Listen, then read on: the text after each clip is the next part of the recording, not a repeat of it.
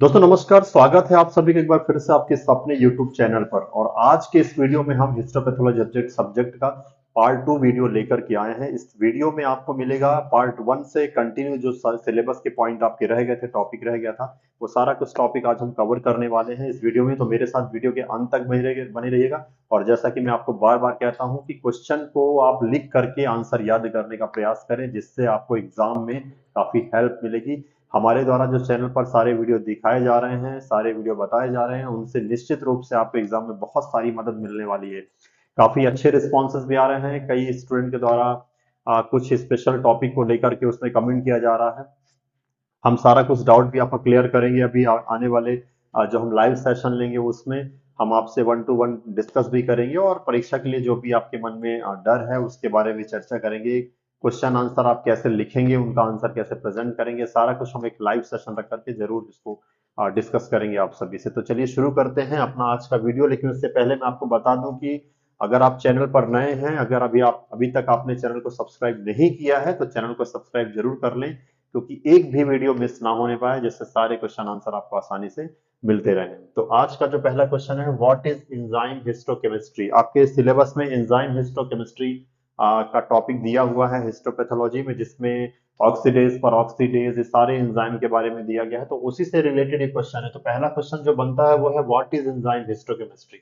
Enzyme histochemistry क्या है, इसको आप समझाइए। तो देखिए इसका आंसर कितने सिंपल तरीके से लिखा गया है। एंजाइम हिस्टोकेमिस्ट्री एक विशेष विधि है जिसमें ऊतक के अंदर उपस्थित एंजाइम को उनके एक्टिविटी साइट पर ही, मतलब कि अगर जिस ऊतक पर जिस साइट पर एंजाइम उपस्थित है उसकी एक्टिविटी साइट पर ही उस एंजाइम को डिमॉन्स्ट्रेट किया जाता है, प्रदर्शित किया जाता है। यही टेक्निक है यह एंजाइम हिस्टोकेमिस्ट्री की। ठीक है, मतलब ऊतक या टिश्यू टिश्यू पर जहां पर एंजाइम उपस्थित है उसकी उपस्थित वाली साइट पर ही एंजाइम की एक्टिविटी को डिमॉन्स्ट्रेट किया जाता है।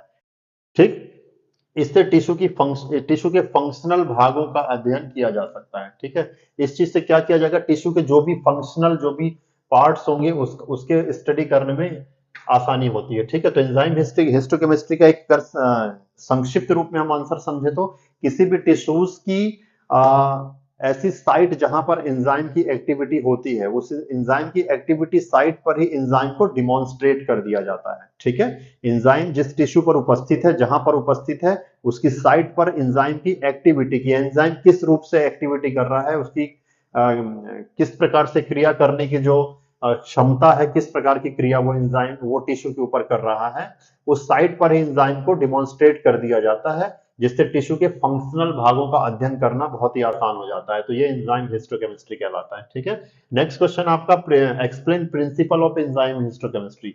एंजाइम हिस्टोकेमिस्ट्री का क्या सिद्धांत होता है, क्या प्रिंसिपल होता है। 2 लाइन में इसका आंसर आप लिख सकते हैं बहुत अच्छे तरीके से।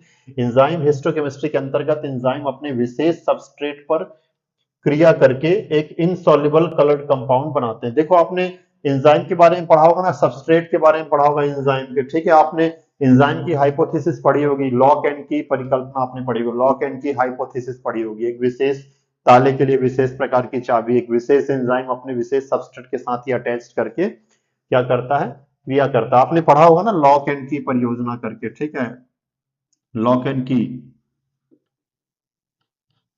लॉक एंड की हाइपोथेसिस, ताला कुंजी परिकल्पना हिंदी में।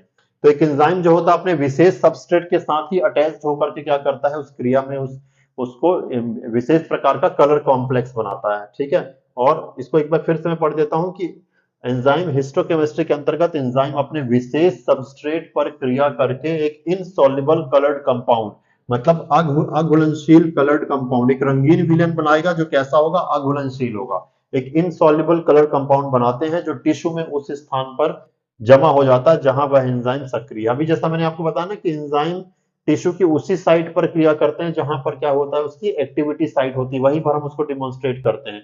टिश्यू में जहां पर एंजाइम अपना एक्टिविटी करते हैं उस साइट पर हम एंजाइम को डिमॉन्स्ट्रेट करते हैं, वो एंजाइम हिस्टोकेमिस्ट्री कहलाती है। और एंजाइम हिस्टोकेमिस्ट्री से रिलेटेड ही उसका प्रिंसिपल है कि एंजाइम हिस्टोकेमिस्ट्री के अंतर्गत एंजाइम अपने विशेष सबस्ट्रेट पर क्रिया करके एक इनसॉल्युबल कलर्ड कंपाउंड बनाते हैं, एक अघुलनशील रंगीन विलयन बनाते हैं, रंगीन यौगिक बनाते हैं, जो टिश्यू में उस स्थान पर जमा हो जाता है जहां पर वह एंजाइम सक्रिय है। अब क्या करेगा एंजाइम, एक अपने सबस्ट्रेट के साथ में अटैच्ड होगा, स्पेशल सबस्ट्रेट के साथ अटैच हो जाएगा, उससे क्रिया करेगा, और क्रिया करने के बाद में क्या करेगा, इनसॉल्युबल कलर्ड कंपाउंड बनाता है। ठीक है, यहां पर थोड़ा सा मैं लिख देता हूं, जैसे ये मान लीजिए एक एंजाइम है और ये किससे क्रिया करेगा, अपने सबस्ट्रेट से क्रिया करेगा। ठीक है, सबस्ट्रेट से क्रिया करने के बाद में ये क्या बनाएगा, एक इनसॉल्युबल कलर्ड कंपाउंड बनाएगा। ठीक है, देखिए एक थोड़ा सा रिएक्शन के माध्यम से समझ लेते हैं। एंजाइम है, ये एंजाइम क्या करेगा, अपने सबस्ट्रेट के साथ में क्रिया करेगा, स्पेशल सबस्ट्रेट जिसके साथ में एंजाइम क्रिया करता है, क्रिया करने के बाद में एक इनसॉल्युबल कलर्ड कंपाउंड बनाएगा। और ये इनसॉल्युबल कलर्ड कंपाउंड कहां पर जमा हो जाएगा, जहां पर उस टिश्यू के ऊपर एंजाइम ज्यादा एक्टिव होता है। जैसे मान लीजिए एक टिश्यू है, ये टिश्यू में जहां पर एंजाइम ज्यादा सक्रिय है, वहां पर इनसॉल्युबल कलर्ड कंपाउंड जो है वो एकत्रित हो जाता है, इकट्ठा हो जाता है। ठीक है, तो सिंपल है। आप जब आंसर लिखेंगे तो आप इस तरह से भी रिएक्शन के माध्यम से आप आंसर को प्रेजेंट कर सकते हैं। ठीक है, नेक्स्ट क्वेश्चन आपका, name any two enzyme demonstrated by histochemical method. ऐसी कोई दो एंजाइम के नाम लिखना है जो किसके द्वारा डिमॉन्स्ट्रेट किए जाते हैं, हिस्टोकेमिकल मेथड के द्वारा डिमॉन्स्ट्रेट किए जाते हैं।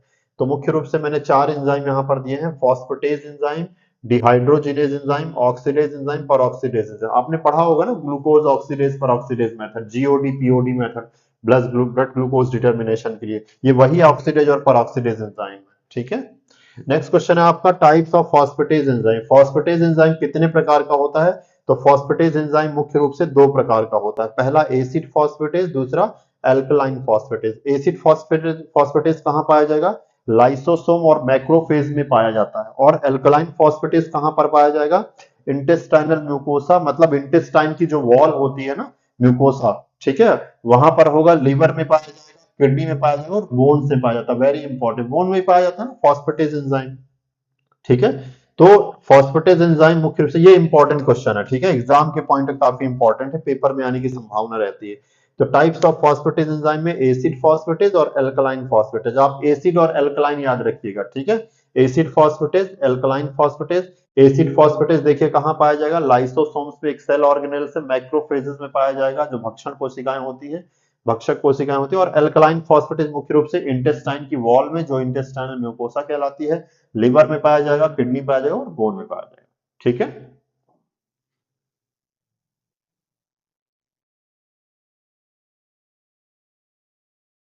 नेक्स्ट क्वेश्चन है आपका, explain electron microscope with its main component. देखिए इलेक्ट्रॉन माइक्रोस्कोप जो है वो या तो 2 मार्क्स में या तो फिर सीधे 15 मार्क्स में पूछेगा, तो इसको आप तैयार करिएगा 15 मार्क्स के अकॉर्डिंग। ठीक है, इलेक्ट्रॉन माइक्रोस्कोप क्या है, इसका प्रिंसिपल क्या है, इसका केयर एंड मेंटेनेंस क्या है, इसका ये किस सिद्धांत पे कार्य करता है और इसके कंपोनेंट्स कौन कौन से होते हैं। ठीक है, तो इसको आप पूरे एक 15 मार्क्स के अकॉर्डिंग इसको तैयार करिएगा। तो इलेक्ट्रॉन माइक्रोस्कोप क्या है, explain electron microscope with its main component. ठीक है, तो वह माइक्रोस्कोप जिसमें माइक्रो ऑर्गेनिज्म को देखने के लिए लाइट के जगह या प्रकाश के स्थान पर इलेक्ट्रॉन का प्रयोग किया था। देखिए सबसे खास बात इलेक्ट्रॉन माइक्रोस्कोप की यही है, हम नॉर्मल जो लाइट माइक्रोस्कोप होते हैं उसमें बैकग्राउंड में क्या करते हैं, लाइट का यूज करते हैं, जो जो स्लाइड पर या ऑब्जेक्ट को क्या करता है, रिजोल्यूट करता है। ठीक है, तो इसमें प्रकाश के स्थान पर किसका यूज करेंगे, हम इलेक्ट्रॉन का यूज करेंगे। ये इलेक्ट्रॉन क्या करेंगे, कोई भी अल्ट्रा स्ट्रक्चर, बहुत सूक्ष्म से सूक्ष्म जो स्ट्रक्चर है जिसको हमको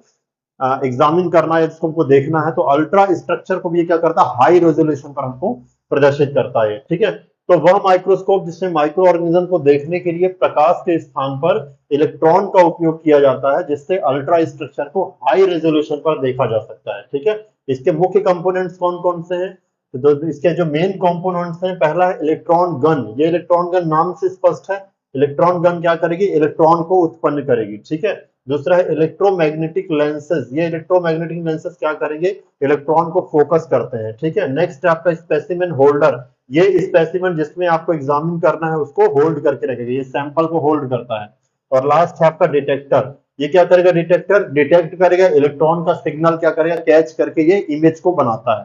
तो इलेक्ट्रॉन का सिग्नल कैच करके इमेज को बनाता है। नेक्स्ट क्वेश्चन है आपका, what is ultra microtomy. Ultra microtomy क्या होती है, तो अल्ट्रा माइक्रोटोमी वह टेक्निक है जिसमें टिश्यू को बहुत ही पतले थिन सेक्शन में कट किया जाता है। ठीक है, जिससे उन्हें इलेक्ट्रॉन माइक्रोस्कोप से आसानी से देखा। अल्ट्रा माइक्रोटोमी का नाम ही है, अल्ट्रा माइक्रो, बहुत ही सूक्ष्म, बहुत ही पतले थिन सेक्शन कट करके उसको कट किया जा सके, तो वो अल्ट्रा माइक्रोटोमी कहलाती है। इसका मुख्य उद्देश्य क्या है, टिश्यू के अल्ट्रा स्ट्रक्चर को हाई रेजोल्यूशन पर स्टडी करना। मतलब टिश्यू की जो सूक्ष्म संरचना भी है टिश्यू के अंदर, अल्ट्रा स्ट्रक्चर है, बहुत सूक्ष्म स्ट्रक्चर है, उसको भी क्या करेगा, इसको स्टडी हम करते हैं अल्ट्रा माइक्रोटोमी के अंदर।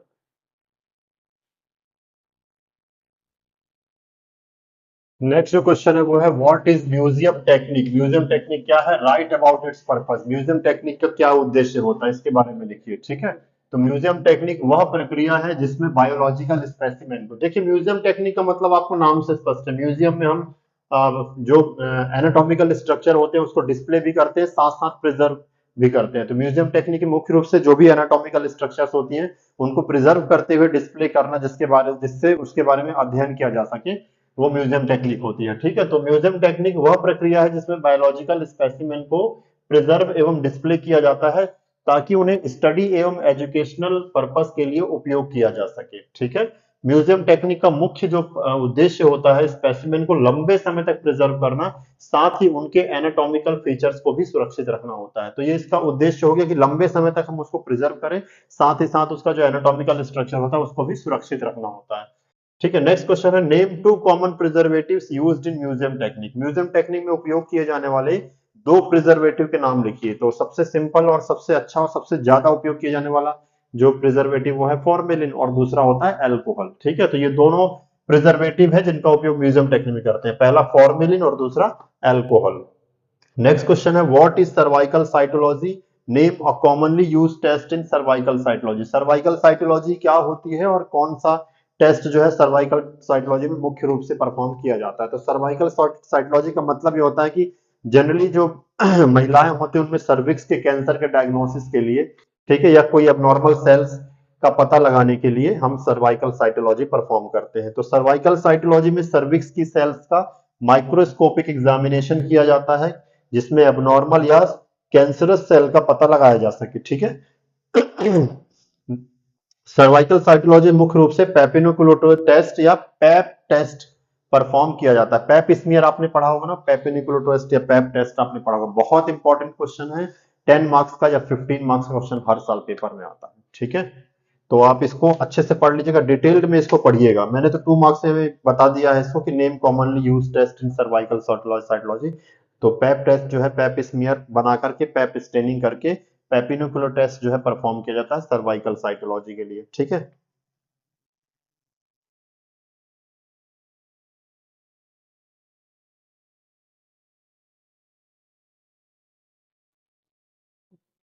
नेक्स्ट क्वेश्चन जो है what is hormonal assessment. Hormonal assessment क्या होता है, एक्सप्लेन सेक्स क्रोमेटिन, ठीक है।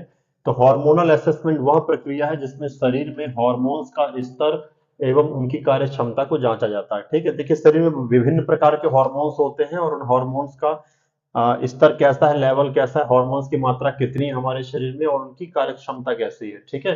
इसको जांचा जाता है, वो हार्मोनल असेसमेंट कहलाता है। क्यों जांचा जाता है, ताकि एंडोक्राइन और रिप्रोडक्टिव डिसऑर्डर का पता लगाया जा सके, ठीक है। एक बार फिर से पढ़ देता हूँ, हार्मोनल असेसमेंट वह प्रक्रिया है जिसमें शरीर में हार्मोन्स का स्तर एवं उनकी कार्य क्षमता को जांचा जाता है ताकि एंडोक्राइन एवं रिप्रोडक्टिव डिसऑर्डर का पता लगाया जा सके, ठीक है।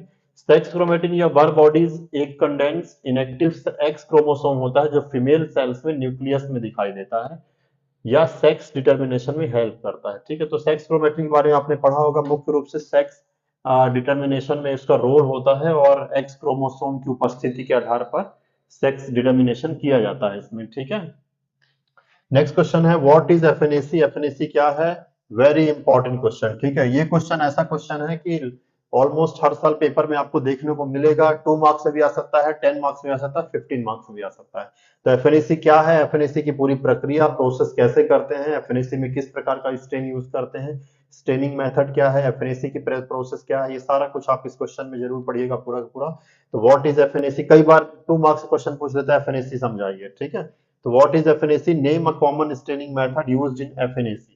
तो एफएनएसी क्या है, एफएनएसी का full form fine needle aspiration cytology वह तकनीक है जिसमें एक फाइन नीडल के द्वारा, फाइन एवं लॉन्ग नीडल के द्वारा, ठीक है। आप ऐसे होती ना एफएनएसी की नीडल, ऐसी फाइन नीडल होगी, लॉन्ग नीडल होगी, है ना। ये जो नीडल होती है काफी लंबी होती है और इस तरह से कुछ नीडल होती है ये, ठीक है।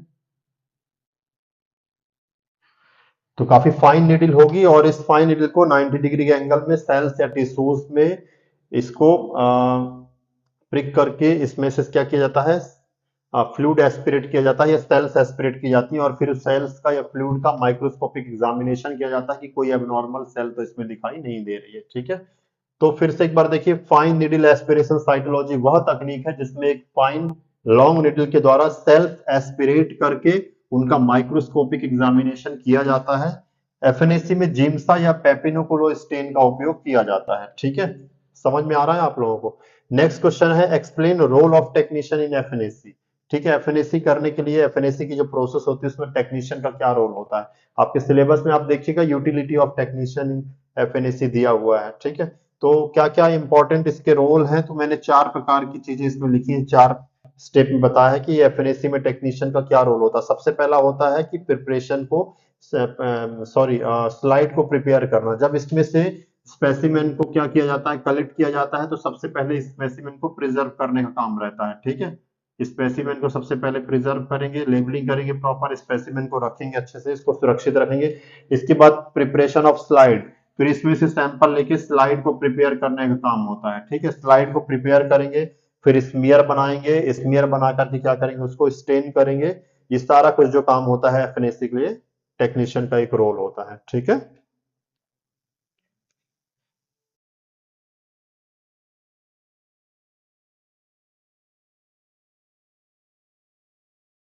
नेक्स्ट क्वेश्चन आपका, name the primary lymphoid organ. Primary lymphoid organ क्या होते हैं इसके बारे में आपको बताना है। सेकेंडरी लिम्फोइड ऑर्गन क्या होते हैं, ये क्वेश्चन ही पूछ सकता है। 2 मार्क्स के हिसाब से क्वेश्चन काफी इंपॉर्टेंट है। तो प्राइमरी जो लिम्फोइड ऑर्गन होते हैं, बोन मैरो हो गया और थाइमस ग्लैंड हो गया। ठीक है, name the secondary lymphoid organ. Secondary lymphoid organ में लिम्फ नोड मुख्य सबसे इंपॉर्टेंट है, स्प्लीन हो गया, टॉन्सिल हो गया आपके। ठीक है, mucosa associated lymphoid tissue, malt. 2 marks का क्वेश्चन आपसे पूछ सकता है कि माल्ट क्या है, म्यूकोसा एसोसिएटेड लिम्फोइड टिश्यू। ठीक है, इसका आंसर आप कमेंट बॉक्स में कमेंट करके बताइए मुझे कि म्यूकोसा एसोसिएटेड लिम्फोइड टिश्यू क्या होता है। नेक्स्ट क्वेश्चन है, what are the main cells of immune system. Immune system की मेन जो मुख्य कोशिकाएं होती हैं कौन सी होती हैं। तो पहला है लिम्फोसाइट्स, देखिए जो 2 प्रकार की होती है, बी लिम्फोसाइट और टी लिम्फोसाइट। ठीक है, नेक्स्ट है आपका मैक्रोफेजेस, तीसरा है डेंड्राइटिक सेल्स और चौथा है natural killer cells, NK cells. ये मुख्य रूप से जो सेल्स होती हैं इम्यून सिस्टम की मुख्य सेल्स होती हैं। नेक्स्ट है explain immunoglobulins and its types. Immunoglobulins क्या है, इसके कितने प्रकार होते हैं। तो इम्यूनोग्लोबुलिन्स के बारे में आपने सुना होगा ना, आपने एंटीबॉडी के बारे में सुना होगा ना, जैसे आप लिखते होगा आईजीजी, आईजीएम, आईजीए, आईजीडी। ठीक है, यही है इम्यूनोग्लोबुलिन्स, आईजी। ठीक है, तो इम्यूनोग्लोबुलिन्स वे ग्लाइकोप्रोटीन होते हैं। अब ये ग्लाइकोप्रोटीन होते हैं, ग्लाइकोप्रोटीन का मतलब क्या है कि ये जो 2 मुख्य चीजों से मिलकर बने होते हैं, उससे पहला भाग जो होता है वो क्या होता है, ग्लाइकोजन कह ले या कार्बोहाइड्रेट समूह होता है और दूसरा प्रोटीन समूह होता है। ठीक है, तो ये जो इम्यूनोग्लोबुलिन जो होते हैं 2 सब्सटेंस से मिलकर बने होते हैं, जिनमें पहला जो पदार्थ होता है वो कार्बोहाइड्रेट होता है और दूसरा प्रोटीन होता है, इसलिए इनको ग्लाइकोप्रोटीन कहते हैं। ठीक है, या तो वे इम्यूनोग्लोबुलिन जो वे ग्लाइकोप्रोटीन जो बी लिम्फोसाइट्स द्वारा बनाए जाते हैं एवं पैथोजेंस को न्यूट्रलाइज करके इम्यून डिफेंस प्रोवाइड करते हैं। ठीक है, इम्यूनोग्लोबुलिन्स कहलाते हैं। मतलब इम्यूनोग्लोबुलिन्स का मतलब कुल मिलाकर यह है कि हमारे शरीर में इम्यून डिफेंस ये प्रोवाइड करते हैं। अब टाइप्स ऑफ इम्यूनोग्लोबुलिन्स कितने प्रकार के होते हैं, तो मुख्य रूप से 5 प्रकार के होते हैं। ठीक है, पहला होता है आईजीजी, दूसरा आईजीए, फिर आईजीएम, आईजीई और आईजीडी।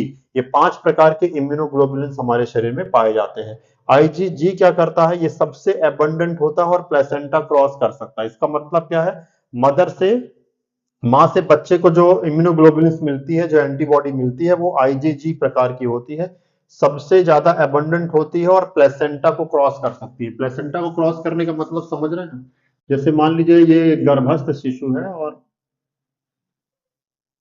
ये फीटस है। ठीक है, तो प्लेसेंटा ये जो मदर से फीटस में जो भी ऑक्सीजन सप्लाई, न्यूट्रिशन की सप्लाई, जो कुछ भी पोषण प्रदान होता है, ये प्लेसेंटा के द्वारा होता है मां से बच्चे में। तो इस प्लेसेंटा को क्या करती है आईजीजी, सिर्फ एक ऐसे इम्यूनोग्लोबुलिन है जो क्रॉस कर सकती है, मां से बच्चे में जाती है। बाकी अदर जो एंटीबॉडीज होती है इम्यूनोग्लोबुलिन वो क्रॉस नहीं कर सकती हैं। ठीक है, ये एक्वायर्ड होती हैं। तो दूसरा होता है कि आईजीए, आईजीए मतलब सिक्रेशन में मिलेगी और म्यूकोसल इम्यूनिटी बनाती है। आईजीएम क्या होता है, पहला एंटीबॉडी रिस्पॉन्स होता है और पेंटामर होती है, पेंटामर टाइप की होती है, और पहला एंटीबॉडी रिस्पॉन्स जो शरीर में बनता है बच्चे के वो आईजीएम प्रकार का ही होता है। आईजीई क्या होती है, एलर्जिक रिएक्शन और पैरासाइट इम्यूनिटी प्रोवाइड करती है। और लास्ट है आपका आईजीडी, जो क्या करती है, बी सेल रिसेप्टर के रूप में कार्य करती है। ठीक है।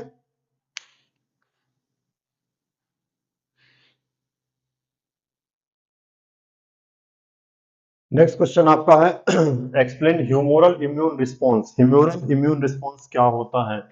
तो humoral immune response, humoral immunity वह इम्यूनिटी होती है जिसमें बी लिम्फोसाइट और एंटीबॉडी शरीर के एक्स्ट्रा सेलुलर पैथोजन जैसे बैक्टीरिया टॉक्सिन को न्यूट्रलाइज करते हैं। ठीक है, जैसे जब शरीर में बैक्टीरियल इन्फेक्शन होता है या पैथोजन का इन्फेक्शन होता है, ठीक है, तो उनसे जो बैक्टीरिया से टॉक्सिन प्रोड्यूस होता है तो उस टॉक्सिन को न्यूट्रलाइज करने का काम कौन करता है, ह्यूमोरल इम्यूनिटी करती है हमारी। ठीक है, इसमें ह्यूमोरल इम्यूनिटी मुख्य रूप से जो बी लिम्फोसाइट्स होते हैं और जो हमारा एंटीबॉडीज होते हैं शरीर में, वो शरीर के इन टॉक्सिन को न्यूट्रलाइज कर देते हैं और शरीर को इम्यूनिटी प्रोवाइड करते हैं। जैसे कि इसके अलग अलग चरणों में ये शरीर को इस प्रकार से प्रोटेक्शन प्रोवाइड करते हैं। स्टेप्स में जो देख लेते हैं कौन कौन से चरण होते हैं। सबसे पहला एंटीजन रिकॉग्निशन, दूसरा है एक्टिवेशन, तीसरा है प्रोलिफरेशन एंड डिफरेंशिएशन, और चौथा है एंटीबॉडी प्रोडक्शन, लास्ट है मेमोरी फॉर्मेशन, जिसमें कि परमानेंट एंटीबॉडी शरीर में बन जाती है और नेक्स्ट टाइम जब कभी इन्फेक्शन होता है तो वो एंटीबॉडी उस इन्फेक्शन को न्यूट्रलाइज करती है।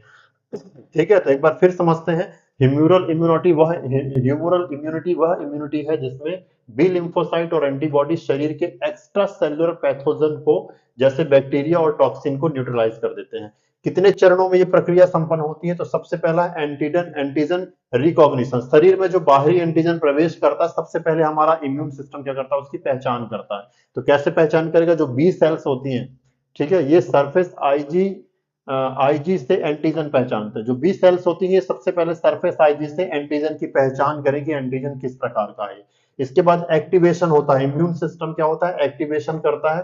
तो कैसे करेंगे? तो जो टी हेल्पर सेल्स होती हैं ये सिग्नल प्रोवाइड करती हैं। ठीक है, तो टी हेल्पर सेल सिग्नल देकर बी सेल्स को एक्टिवेट कर देती है। तो पहला होगा एंटीजन रिकॉग्निशन, एंटीजन की पहचान करना, जो फॉरेन एंटीजन या फॉरेन बॉडी शरीर में जिसने प्रवेश किया है। तो बी सेल्स के द्वारा सरफेस आईजी से एंटीजन की पहचान होगी। इसके बाद एक्टिवेशन होता है, एक्टिवेशन किसका होगा, टी हेल्पर सेल सिग्नल देंगी जिससे बी सेल्स जो होगी वो एक्टिवेट हो जाती है। इतना समझ में आया? दो पॉइंट, एंटीजन रिकॉग्निशन, एंटीजन की पहचान और एक्टिवेशन। तीसरा है प्रोलिफरेशन एंड डिफरेंशिएशन, इसके बाद प्रोलिफरेशन होगा और डिफरेंशिएशन किया जाएगा, ठीक है, पहचान में। तो एक्टिवेटेड जो बी सेल्स होंगी, प्लाज्मा सेल्स होंगी, वे memory cells memory B cells में बदल जाते हैं। ठीक है, लास्ट होता है आपका, सॉरी सेकंड लास्ट है एंटीबॉडी का प्रोडक्शन करना। जब इनकी पहचान हो जाएगी, इनमें डिफरेंशिएशन हो जाएगा, तब प्लाज्मा सेल क्या करेंगे, एंटीबॉडी को रिलीज कर देते हैं। ठीक है, तो एंटीबॉडी का प्रोडक्शन होगा, प्लाज्मा सेल एंटीबॉडी को रिलीज करते हैं। लास्ट है आपका memory formation. Memory B cells अगले एक्सपोजर पर रैपिड रिस्पॉन्स देते हैं। मतलब अब अगर कभी शरीर में इस तरह का इन्फेक्शन दोबारा होता है, तब क्या होगा, हमारे पास पहले से ही मेमोरी सेल्स मौजूद है, मतलब वो पहले से एंटीबॉडी मौजूद है जो इस तरह के इन्फेक्शन होने पर उस एक्सपोजर को तुरंत क्या करेंगे, रैपिड रिस्पॉन्स देकर उसको न्यूट्रलाइज कर देती है। ठीक है, तो ये मुख्य रूप से 5 चरणों में जो ह्यूमरल इम्यूनिटी रिस्पॉन्स होता है इस तरह से संपन्न होता है। एंटीजन का पहचान करेंगे, एंटीजन रिकॉग्नाइज्ड होगा, एक्टिवेशन होगा, फिर प्रोलिफरेशन एंड डिफरेंशिएशन होगा, एंटीबॉडी का प्रोडक्शन होगा और लास्ट में मेमोरी फॉर्मेशन होता है। ठीक है, जैसे सिंपल सा आप वैक्सीन लगवाते हो ना, वैक्सीन लगवाते हैं तो हमारे शरीर में क्या होता है कि वैक्सीन, मैंने आपको वैक्सीन के टाइप्स भी कई सारे बताए हैं। तो वैक्सीन आप लगाओगे तो हमारा शरीर क्या करेगा, उसमें एंटीबॉडीज प्रोड्यूस करेगा, और जब कभी उस तरह का एक्सपोजर हमारे शरीर में होगा तो एंटीबॉडी पहले से मौजूद। सिंपल से एग्जांपल, टिटेनस का इंजेक्शन आप लगाते हो, एटीटी इंजेक्शन आप लगाते हो, टिटेनस का इंजेक्शन आप लगाते हो ना एक बार, तो वो कई बार टिटेनस का जब खतरा होता है तो पहले से एंटीबॉडी मौजूद है, तो उस खतरे को वो क्या करती है, समाप्त कर देती हैं पहले ही। ठीक है, नेक्स्ट क्वेश्चन है एनाफाइलेक्सिस क्या होता है। बहुत इंपॉर्टेंट क्वेश्चन है ये एनाफाइलेक्सिस, और एलर्जी वाले टॉपिक से संबंधित है। देखिए एनाफाइलेक्सिस जो होता है एक लाइफ थ्रेटनिंग कंडीशन होती है कि जान जाने का खतरा रहता है इस प्रकार के रिएक्शन होने में। ठीक है, एलर्जिक रिएक्शन संबंधित है, कई प्रकार की एलर्जी होती है, प्राइमरी एलर्जी, सेकेंडरी एलर्जी और टर्शियरी एलर्जी। एनाफाइलेक्सिस जो रिएक्शन होता है वो मुख्य रूप से टर्शरी एलर्जी के अंतर्गत आएगा। यह एक life threatening severe allergic reaction है। लाइफ थ्रेटनिंग मतलब इसमें जान जाने का खतरा होता है, इस प्रकार की एलर्जी होती है। जिससे ब्रीथिंग डिफिकल्टी और हाइपोटेंशन होता है। हाइपोटेंशन मतलब जब किसी व्यक्ति का ब्लड प्रेशर सामान्य से कम हो जाता है तब वो हाइपोटेंशन की स्थिति कहलाती है। ठीक है, तो एनाफाइलेक्सिस जो होता है मोस्ट रूप से क्या होता है, ड्रग्स जो इंजेक्ट करते हैं दवाइयों की वजह से कई बार रिएक्शन होते हैं। ठीक है, ड्रग्स इंजेक्टेबल में खास करके होता है एनाफाइलेक्सिस रिएक्शन। यह एक life threatening severe allergic reaction है जिसमें ब्रीथिंग डिफिकल्टी और हाइपोटेंशन होता है। नेक्स्ट क्वेश्चन है आपका, explain allergy, it's type and causes of allergy. Allergy क्या है, इसके कितने प्रकार होते हैं और एलर्जी के क्या कारण हो सकते हैं। ठीक है, तो एलर्जी आप सभी जानते हैं, एलर्जी एलर्जी या हाइपर सेंसिटिविटी शरीर के इम्यून सिस्टम की असामान्य प्रतिक्रिया। जब हमारे शरीर में किसी प्रकार की फॉरेन बॉडी या किसी प्रकार के इंफेक्शन को रोकने के लिए प्रतिक्रिया दी जाती है तब वो प्रतिक्रिया एलर्जी के रूप में सामने आती है। तो एलर्जी या हाइपर सेंसिटिविटी शरीर के इम्यून सिस्टम की असामान्य प्रतिक्रिया है जिसमें वह हार्मलेस सब्सटेंस या एलर्जन पर अटैक करके न्यूट्रलाइज करने का प्रयास करता है। ठीक है, जब शरीर में कोई फॉरेन बॉडी या कोई एंटीजन प्रवेश करते हैं तो उसके अगेंस्ट जो रिस्पॉन्स दिया जाता है वो एलर्जी के रूप में सामने आता है। अब टाइप ऑफ एलर्जी, एलर्जी कितने प्रकार की होती है, तो चार प्रकार की मुख्य रूप से होती है। टाइप वन, ठीक है, टाइप टू, टाइप थ्री और टाइप फोर। टाइप वन में क्या होता है, इमीडिएट हाइपर सेंसिटिविटी होती है और मुख्य रूप से कौन सी एंटीबॉडी भाग लेती है इसमें, आईजीई एंटीबॉडी भाग लेती है। तो आईजीई मीडिएटेड होता है। तो ये क्वेश्चन बन भी सकता है कि टाइप वन एलर्जी में किस प्रकार की एंटीबॉडी भाग लेती है, तो आईजीई मीडिएटेड एंटीबॉडी से भाग लेती है। ठीक है, टाइप वन में। टाइप टू क्या होती है, साइटोटॉक्सिक होती है और मुख्य रूप से आईजीजी और आईजीएम मीडिएटेड होता है।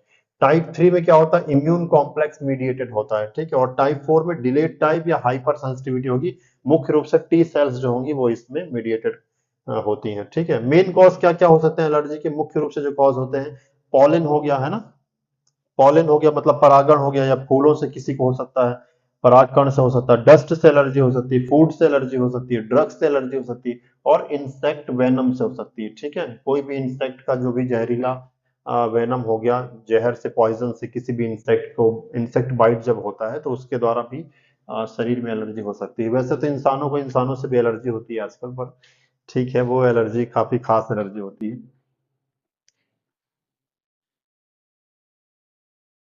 Next question, explain rheumatological disease in details. Rheumatological disease क्या होती है, विस्तार से समझाएं। तो रिमेटोलॉजिकल डिसीज का मतलब है वे ऑटो इम्यून या इन्फ्लामेटरी डिसऑर्डर जो मुख्य रूप से जॉइंट्स, मसल्स, कनेक्टिव टिश्यू को प्रभावित करते हैं। तो शरीर में कई सारे ऐसे चीजें आप देखते हैं कि जॉइंट्स में, मसल्स में पेन रहता है, कनेक्टिव टिश्यू को जो प्रभावित करने वाली ऑटो इम्यून डिसीज होती है या इन्फ्लामेटरी डिसऑर्डर्स होते हैं। ठीक है, वो क्या कहलाते हैं, रिमेटोलॉजिकल डिसीज कहलाते हैं। तो कॉमन रिमेटोलॉजिकल डिसीज कौन कौन से होते हैं, तो मुख्य रूप से पांच जो रिमोटोलॉजिकल डिसीज है वो यहाँ पर दिखाई गई है। पहला है रिमोटाइड आर्थराइटिस, जिसको आरए भी कहते हैं। ठीक है, आरए मतलब rheumatoid arthritis. Chronic auto immune disease होती है, इसमें जॉइंट्स में स्वेलिंग होगी और पेन होगा। ठीक है, दूसरा होता है ऑस्टियो आर्थराइटिस, ओए, इसमें क्या होता है, डिजेनरेटिव जॉइंट डिसीज होता है इसमें। ठीक है, और कार्टिलेज डैमेज होते हैं, इसमें मूवमेंट में काफी परेशानी जाती है। नेक्स्ट है systemic lupus erythematosus, SLE, systemic lupus erythematosus. ठीक है, इसमें क्या होता है, multi system auto immune disorder होते हैं।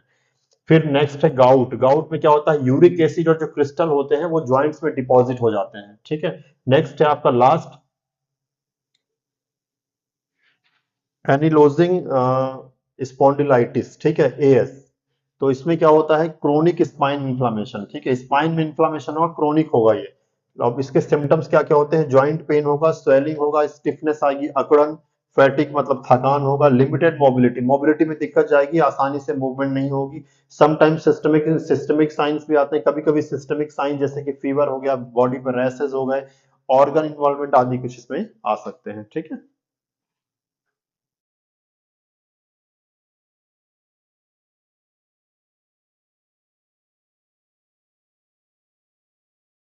नेक्स्ट क्वेश्चन है आपका, what is cancer immunology, name और type of cell recognised cancer cell. ठीक है, कैंसर इम्यूनोलॉजी क्या होती है, कैंसर सेल को रिकॉग्नाइज करने वाली सेल कौन सी होती है। तो कैंसर इम्यूनोलॉजी के अंतर्गत शरीर की इम्यून सिस्टम और कैंसर सेल के बीच के इंटरेक्शन को समझा जाता है। ठीक है, कि इम्यून सिस्टम का कैंसर सेल के अगेंस्ट रिस्पॉन्स कैसा है, इनके बीच का इंटरेक्शन को समझा जाता है। साइटोटॉक्सिक जो टी सेल्स होती है, मुख्य रूप से CD8+ टी सेल्स, एवं नेचुरल किलर जो एनके सेल्स होते हैं ये कैंसर सेल को पहचानते हैं और उनको डिस्ट्रॉय करते हैं।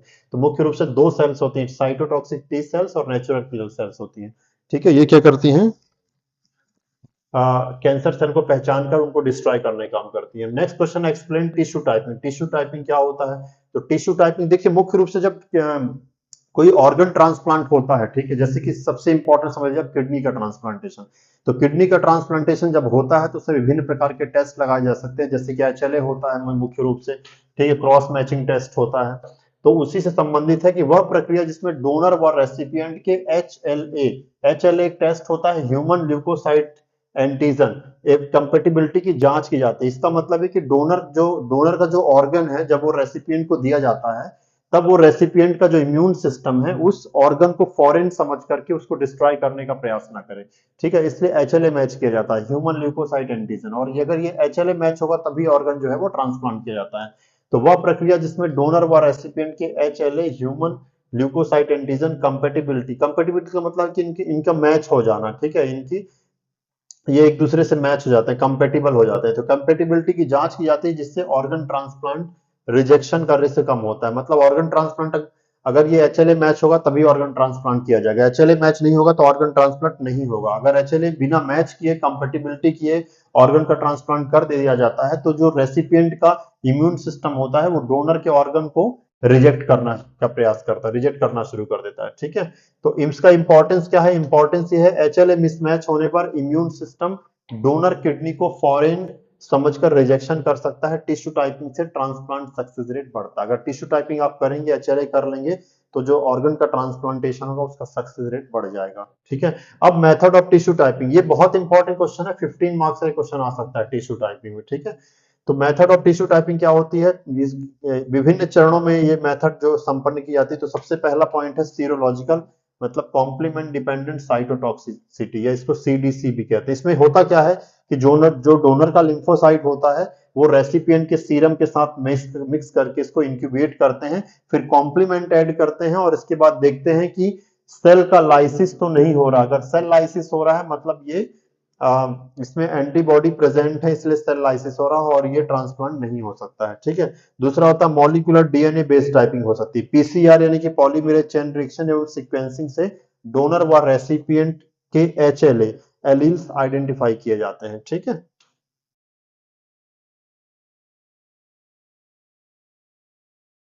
तीसरा पॉइंट है क्रॉस मैचिंग। तो हमने दो मेथड जिसमें देख लिए है। क्रॉस मैचिंग जो तीसरा स्टेप है, इसमें डायरेक्ट क्रॉस मैच और इनडायरेक्ट क्रॉस मैच करेंगे।